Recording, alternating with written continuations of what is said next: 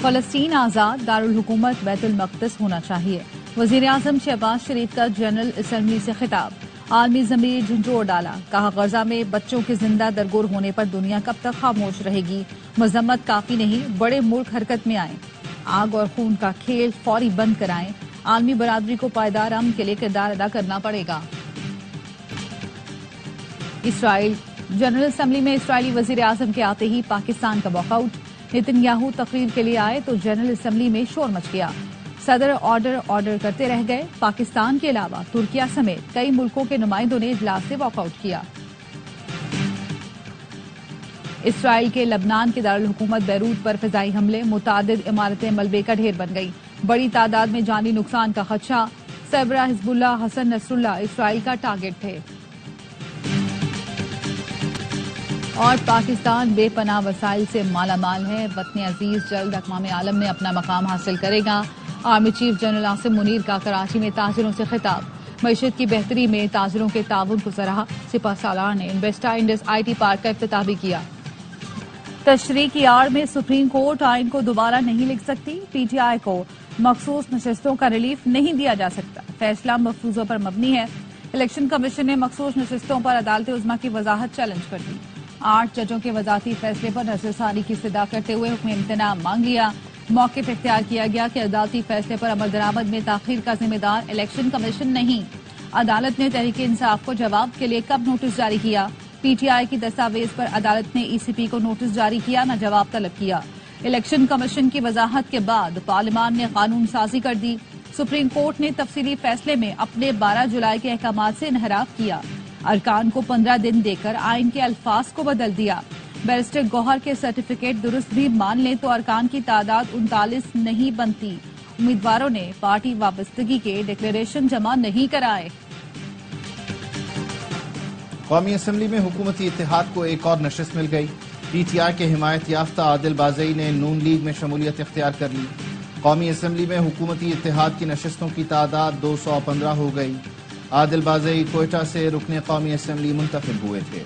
P T I intra party election case میں election commission نے barrister گوہر اور رؤوف حسن کو نوٹس جاری کر دیا، سماعت 2 اکتوبر کو ہوگی، پی ٹی آئی وکلاء انٹرا پارٹی انتخابات کیس میں دلائل دیں گے، گزشتہ سماعت پر بیرسٹر گوہر نے الیکشن کمیشن سے مہلت مانگی تھی۔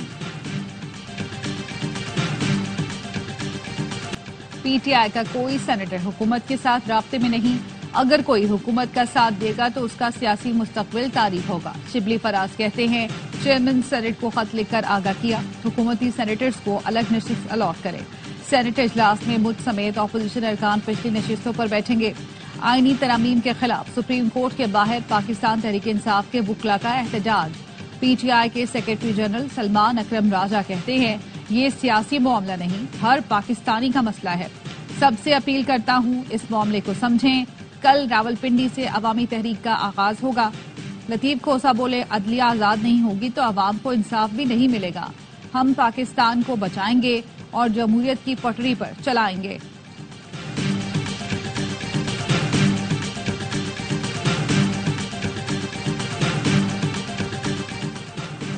پی ٹی آئی کی کل احتجاج کی تیاریاں تیز، انتظامیہ نے بھی حکمت عملی بنا لی، راولپنڈی، جہلم، چکوال اور اٹک میں دفعہ 144 نافذ، چاروں اضلاع میں جلسے جلوس پر پابندی عائد، پی ٹی آئی رہنماؤں کی گرفتاری کے لیے چھاپوں کا بھی امکان، پولیس نے مری روڈ اور اندرون شہر سے لیاقت باغ آنے والے راستے بند کرنے اور ریلیاں روکنے کا پلان بنا لیا، میٹرو بس اور موبائل فون سروس معطل کرنے پر غور، راجہ بشارت، سیمابیہ طاہر اور دیگر رہنما انتہائی مطلوب فہرست میں شامل ہیں، تمام تھانوں کو گرفتاری کا ٹاسک دے دیا گیا، دوسرے اضلاع سے اضافی نفری، قیدی بسیں بھی طلب۔ جے یو آئی رہنما سینیٹر کامران مرتضیٰ کہتے ہیں، آئینی ترامیم پر جے یو آئی کا اپنا موقف ہے، پی ٹی آئی یا حکومت سے کسی آئینی مسودے پر اتفاق نہیں ہوا، سپریم کورٹ میں ججز کی تقسیم افسوسناک ہے، صوبائی وزیر ناصر حسین شاہ کا کہنا ہے، پی پی آئینی عدالتوں کے حق میں ہے، پن امید ہے کہ مولانا فضل الرحمان اس پر ہمیں سپورٹ کریں گے،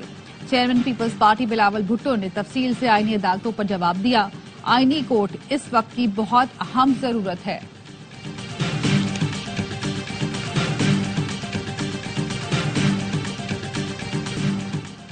آئندہ سیاسی عمل مولانا فضل الرحمان کی قیادت میں آگے بڑھے گا، مولانا سے ملاقات میں ان کی سیاسی بصیرت سے آگاہی ملی۔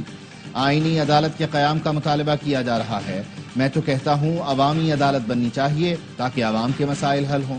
گورنر سندھ کامران ٹسوری نے کہا کراچی ملکی معیشت کا ہب ہے، نوجوانوں کو آئی ٹی ٹریننگ دے کر ملکی معیشت کے استحکام کے لیے تیار کر رہے ہیں۔ مسائل کے حل کے لیے سب مل کر کام کریں۔ مرتضی وہاب اچھا کام کر رہے ہیں۔ گورنر سندھ نے انڈونیشیا کے یوم آزادی پر فوارہ چوک پر پاک انڈونیشیا پرچم بھی لہرایا۔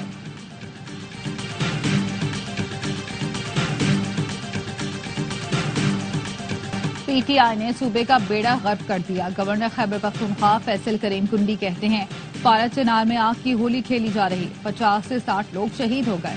صوبائی حکومت کی دہشت گردی کے خلاف مجرمانہ خاموشی سوالیہ نشان ہے۔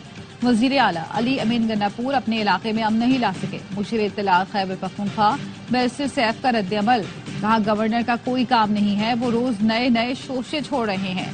گورنر اپنی نوکری بچانے کے لیے چغلی کرنے والے نالائق بچے بنے ہوئے ہیں۔ وزیر اعلیٰ خیبر پختونخوا کے بھائی فیصل امین نے فیصل کریم کنڈی کے خلاف 50 کروڑ روپے ہرجانے کا دعویٰ کر دیا، موقف اپنایا۔ گورنر کے پی نے ٹی وی شو میں وزیر اعلیٰ اور ان پر کرپشن کے بے بنیاد الزامات لگا کر سیاسی ساکھ کو نقصان پہنچایا۔ لیگل نوٹس کا جواب نہ دینے پر عدالت میں درخواست دائر کی۔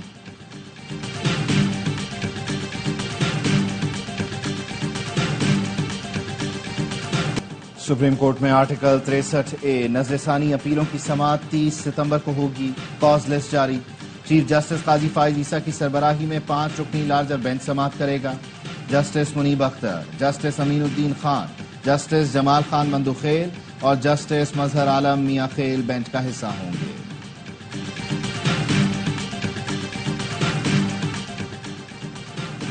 پاکستان کو آئی ایم ایف سے $7 ارب کے قرض پروگرام کی پہلی قسط موصول۔ اسٹیٹ بینک کے مطابق قرض کی پہلی قسط $1,02,69,00,000 ہے۔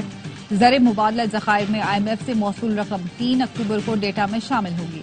پاکستان نے آئی ایم ایف سے ماحولیاتی تبدیلی سے بچنے کے لیے مزید $1 سے $1.5 ارب قرض کی درخواست کر دی۔ وزیر اعظم کی نیو یارک میں عالمی رہنماؤں سے ملاقاتیں۔ ایرانی صدر سے ملاقات میں غزہ کی صورتحال پر گفتگو۔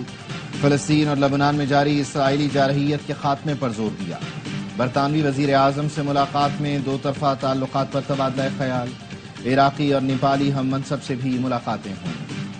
حکومت سندھ منشیات کے خلاف زیرو ٹالرنس پالیسی پر عمل پیرا ہے۔ تعلیمی اداروں میں منشیات کے ٹیسٹ ہوں گے۔ وزیر اطلاعات سندھ شرجیل میمن کی انسداد منشیات ہائی پاور کمیٹی کے اجلاس میں گفتگو، کہا بحالی مراکز کو فعال، منشیات کے اہم ٹھکانوں کو پتہ لگا کر خاتمہ کیا جائے۔ انٹیلیجنس شیئرنگ اور کوارڈینیشن بڑھانے کے لیے فیوژن سینٹر کی تشکیل کا فیصلہ اجلاس کو بتایا گیا۔ تعلیمی اداروں میں منشیات کی فراہمی میں ملوث 13 ملزمان کو گرفتار کر لیا۔ کراچی کے جناح ہسپتال میں کروڑوں کا غبن، ایف آئی اے نے تحقیقات شروع کر دی۔ ایڈمنسٹریٹو افسر کو نوٹس جاری۔ ایف آئی اے حکام نے بتایا کشمیر روڈ پر چھاپے کے دوران ملزم معصوم احمد سے پوچھ گچھ کی گئی، جس نے ہسپتال کے لیے ممنوعہ اسمگل دوائیں اور لینس خریدنے کا انکشاف کیا۔ غیر قانونی طور پر دواؤں اور سرجیکل آئٹمز کی خریداری میں 78 کروڑ، این آئی سی ایچ میں 25 کروڑ کا غبن کیا گیا۔ وفاقی وزیر داخلہ سے امریکہ کی bureau of international narcotics law enforcement affairs کے وفد کی ملاقات۔ محسن نقوی نے کہا پاکستان کی پولیس اور پیراملٹری فورسز کی استعداد کار بڑھانے میں آئی این ایل تعاون کر رہا ہے۔ متعدد اہم منصوبوں پر کام کیا جا رہا ہے جو قابل ستائش ہے۔ فورس کو جدید بنیادوں پر استوار کیا جانا وقت کی اہم ضرورت ہے۔ تمام امور میں سب سے اہم امریکہ کے تجربے سے استفادہ کرنا ہے۔ امریکی وفد نے دہشت گردی کے حالیہ واقعات میں انسانی جانوں کے ضیاع پر اظہار افسوس کیا۔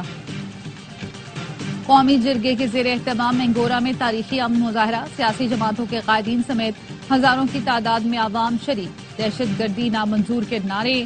مظاہرین نے کہا سوات میں بدامنی کسی صورت قبول نہیں، قربانیاں دے کر سوات کا امن بحال کیا، کسی کو بھی دوبارہ حالات خراب کرنے نہیں دیں گے۔ ضلع جوب میں گرینڈ جرگہ، گورنر بلوچستان، وزیر اعلیٰ، کمانڈر بلوچستان کور اور علاقہ قائدین کی شرکت۔ قانون نافذ کرنے والے اداروں کے قیام امن کے لیے کردار کو سراہا۔ حکومت اور افواج پاکستان کے تعاون پر اعتماد کا اظہار کیا۔ صدر مملکت کی کراچی میں ڈپٹی کمشنر ذاکر بلوچ شہید کے گھر آمد، لواحقین سے اظہار تعزیت۔ ڈپٹی کمشنر ذاکر بلوچ مستونگ میں شہید ہوئے تھے. صدر نے کہا شہید ذاکر بلوچ نے قومی ذمہ داری سر انجام دیتے ہوئے جام شہادت نوش کیا. پوری قوم شہداء کی قربانیوں کو سلام پیش کرتی ہے. لیفٹیننٹ جنرل ریٹائرڈ محمد علی کو سیکرٹری دفاع مقرر کر دیا گیا. محمد علی کو 2 سال 3 ماہ کے لیے سیکرٹری دفاع تعینات کیا گیا. نوٹیفیکیشن کے مطابق 1 اکتوبر 2024 سے 31 دسمبر 2026 تک ذمہ داریاں انجام دیں گے. اسلام آباد اور راولپنڈی میں وقفے سے بارش. راول ڈیم بھرنے کے بعد سپل ویز کھول دیے گئے. لوگوں کو احتیاط کی ہدایت. سبڑیال اور ڈسکا میں بجلی گرنے کے واقعات میں 2 افراد جان سے گئے. گجرات فیصل آباد اور سرگودا میں بھی موسلادھار بارش سے سڑکیں زیر آب آ گئیں. منیر، دیربالا اور کرک سمیت خیبر پختونخوا کے مختلف شہروں میں بھی برسات.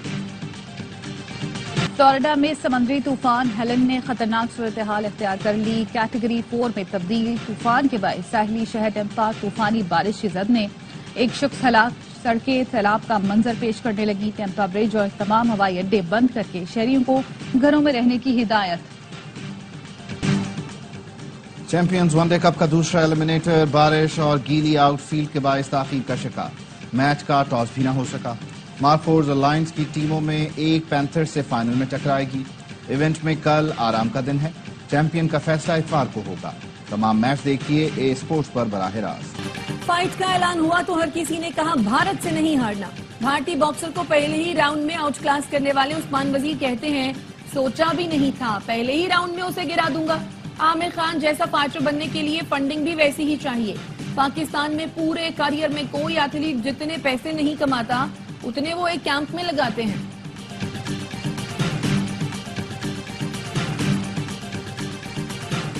اسپینش لیگ لا لیگا میں سنسنی خیز مقابلے. ویلا ریال نے اسپینول کو 1 کے مقابلے میں 2 گول سے شکست دے دی.